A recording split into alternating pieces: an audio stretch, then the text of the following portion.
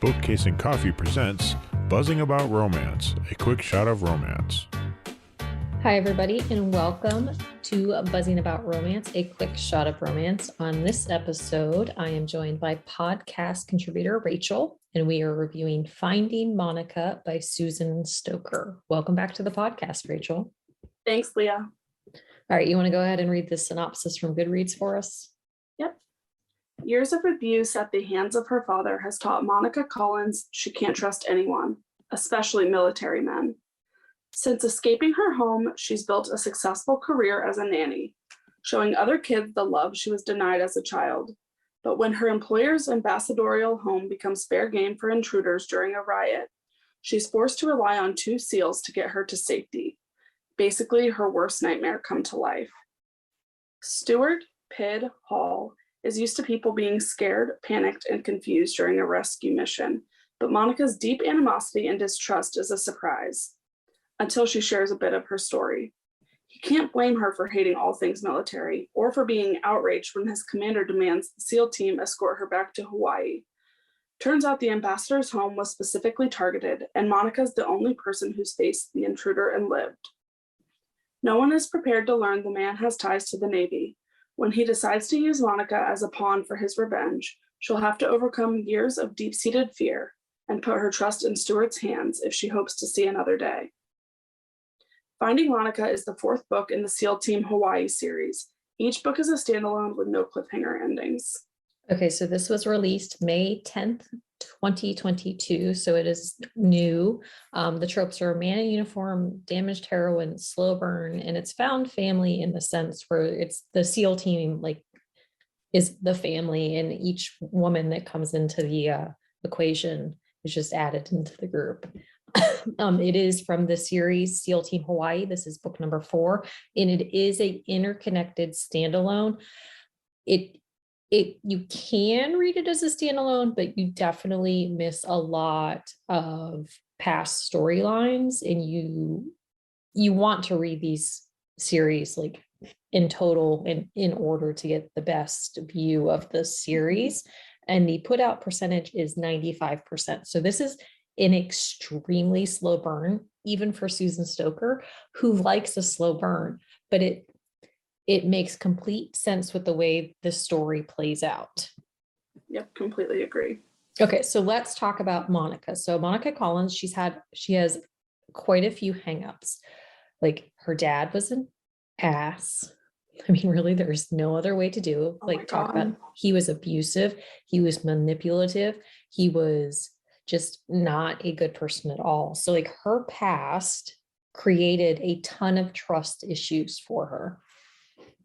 Yeah, he's probably one of the worst parents I've read in a non-dark romance. Mm-hmm. Obviously, there's some terrible parents in like dark romances, Mm-hmm. but for a more contemporary romance, he's one of the worst parents I've read. And he's not even on the page, really. No, you just find out his past actions.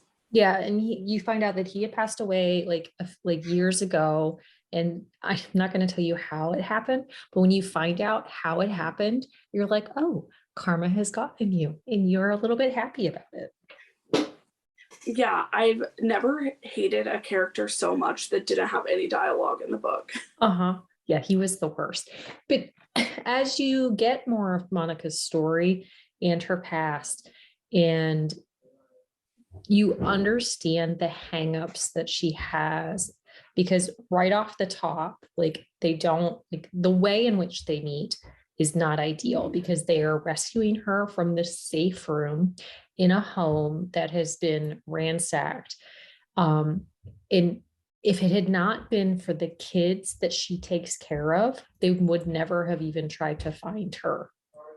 But when she first sees like Pid and I think was it Alec or maybe Slate, I don't remember who the other one was now off the top of my head, but two of them are rescuing her, and she instantly like has like hangups and doesn't trust them because of the nature of what happened. And it's heartbreaking that she has those hangups. Yeah, I completely agree. And we kind of found out more about her story as Pid basically was finding out about her. Mm-hmm. So for me, like, she was a hard character to like Mm-hmm. get to know because Susan wrote her very guarded and she did it very well. You Mm-hmm. got some of what she was thinking, but you didn't always get why she was thinking that right Mm-hmm. away. Yeah, Which, held everything really close to the vest. And like she even says, like, I don't feel comfortable talking to a lot of people. She's like, I've never been in that situation. And there's one scene where they're eating dinner and she isn't saying anything. And Pitt is like, you you can talk. And she's like, that was never allowed in my house. Like dinner time was like we had to be quiet. Like you had to just focus on your eating and how you were eating, and like the stringent rules that she had growing up was crazy. right, that's a perfect example of when I was like, what are you doing? Like, what, like, why are you Mm-hmm. acting like this? Mm-hmm. And then she explains it, and you're like, oh my gosh, like, of course you're like that. And then she goes on to show that, she's not being rude. She's Mm-hmm. observing and she's listening, and she has taken in what everyone else is talking about, but she didn't feel like she could offer anything to that. No, but it was nice to see as her story plays out, the women in the series like create this family of their own with just the women. Like the men like are connected and they have this like relationship, but the women who like as they come in, they engulf the new ones into their group, and there's no animosity and no frustrations, and they were gentle with the way that they did stuff and spoke with her, and not in a condescending way or even like she's fragile, we can't talk to her, but it they do it so smoothly that it works so well. Yep, I completely agree. They weren't too overbearing Mhm. with her. It was like they read the situation very well, because sometimes they definitely can be overbearing. Yeah. Well, but also too, like they didn't really give her choices. Like, let's talk about Pitt a little bit, and then we'll go back to the bachelorette party because there's a couple of things that happened during that were really poignant. So I have to say, Pitt is one of my least favorite nicknames of Susan's, but I think it's because of his first name. Like, if he wasn't Stuart Pitt, then it wouldn't bug me as much. But like, there's this whole like stupid like connotation, like even in the book, like Monica draws it out and makes it a thing, and it's like he gets it. He's not stupid in any way, but there was something about that nickname with his first name, and it works because sometimes they give them ridiculous names because of their names, but this one I didn't love it. Yeah, I haven't liked the nickname really like since it was introduced. And Mm-hmm. I he's kind of one that, like, I'm always looking forward to Susan's books, but I Mm-hmm. think I never got like a big grasp of his personality Mm-hmm. in the other books. And maybe I would pick it up more if I reread them like in order. Mm-hmm.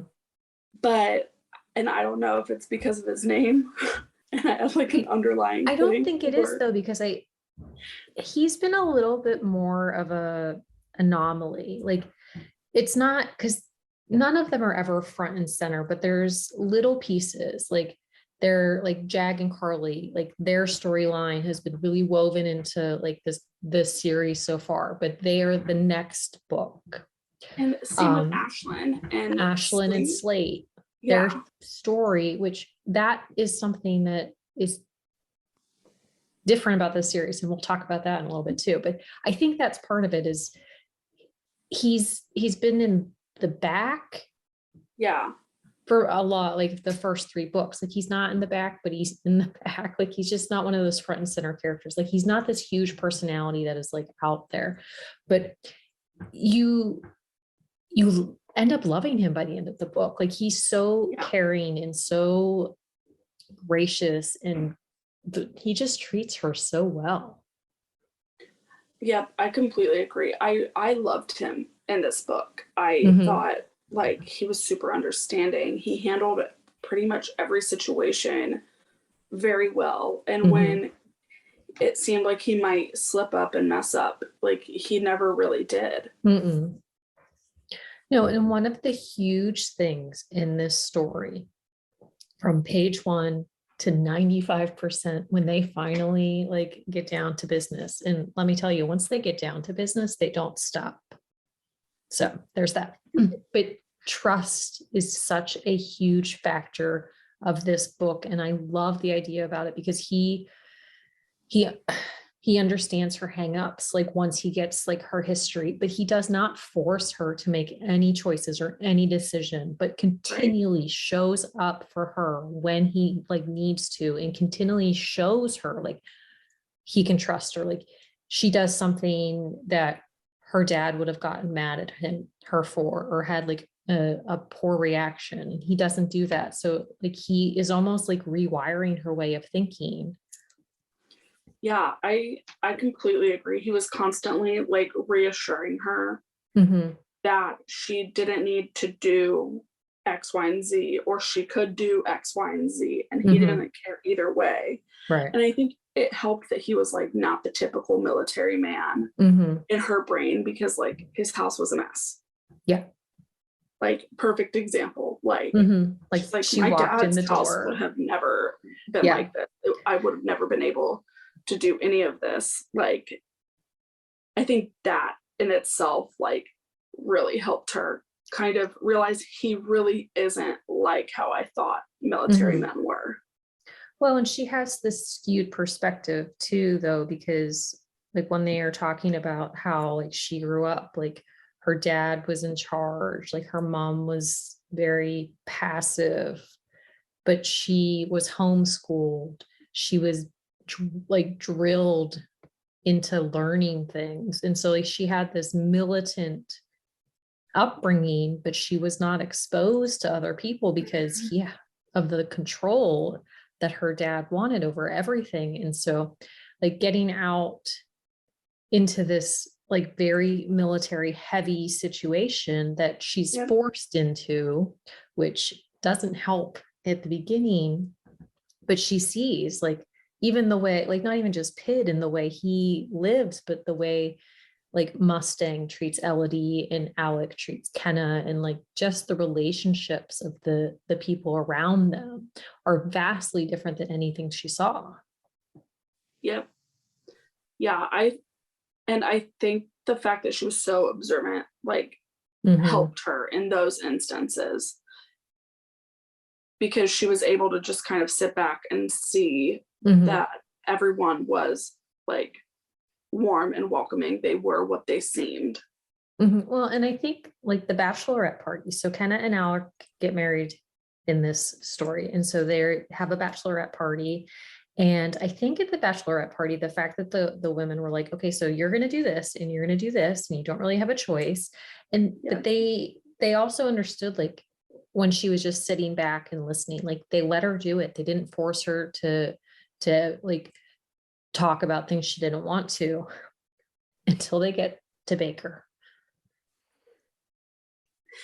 I loved that whole scene of all the women's like fascination with Baker, like, and it was everyone. It was. They were like, oh my gosh, like you saw his chest, like he was in a wetsuit.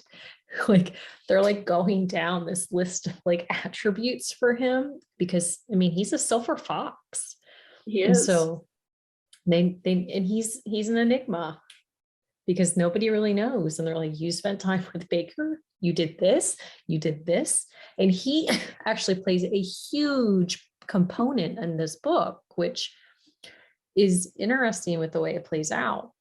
And that's one of the things about this book that I really like, is it follows a little bit different of a formula than a lot of Susan's books, because the bad guy does not, typically the bad guy focuses on like the woman in the story or the man in the story, but it is something to do with their connection or one of the other. But it doesn't play out that way in this story. Like Monica ends up just being kind of collateral damage in a plan against other people. And I don't want to give anything away because that'll definitely spoil it. But there are a couple moments where you don't understand like why she is targeted.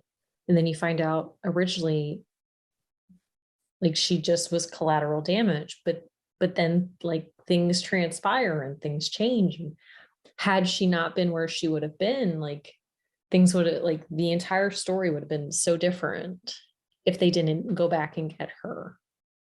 Right. It is like very hard to talk about without spoilers. Mm-hmm. But I know I'm being super vague. And like, so you are right though, and I think in Susan's books and in a lot of like romantic suspense, especially with the military, the like bad guy has an issue with either the hero or the heroine, right? And that is why it all happens. And this was very different in that it was kind of almost like wrong place, wrong time for her. Yeah, it definitely was, because of the way the story plays out and like who, like when you find out who the bad guy is and like the way that whole situation like is resolved, it's kind of crazy. Yeah, the ending though, like with the villain, I was like, oh, it was wild. But we are not going to tell you anything because you just have to read it, because it was that it's intense. Like, I know it was really intense, but really I felt exciting. Like that was like one of the like gruesome. It was more gruesome than any of her other like ways the baddies are calling.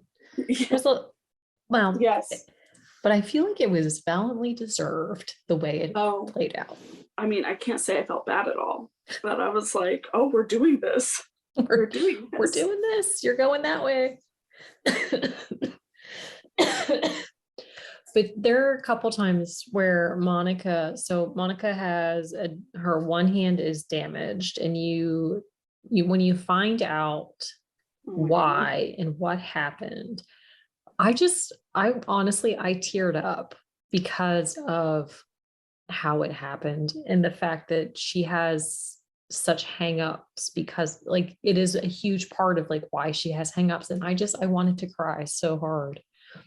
I know. I was just like, every time she talked about her past, and like, I was like, oh my gosh, it just keeps coming. I know. Like, I just wanted to hug her. Like, how do you have even a nice bone in your body?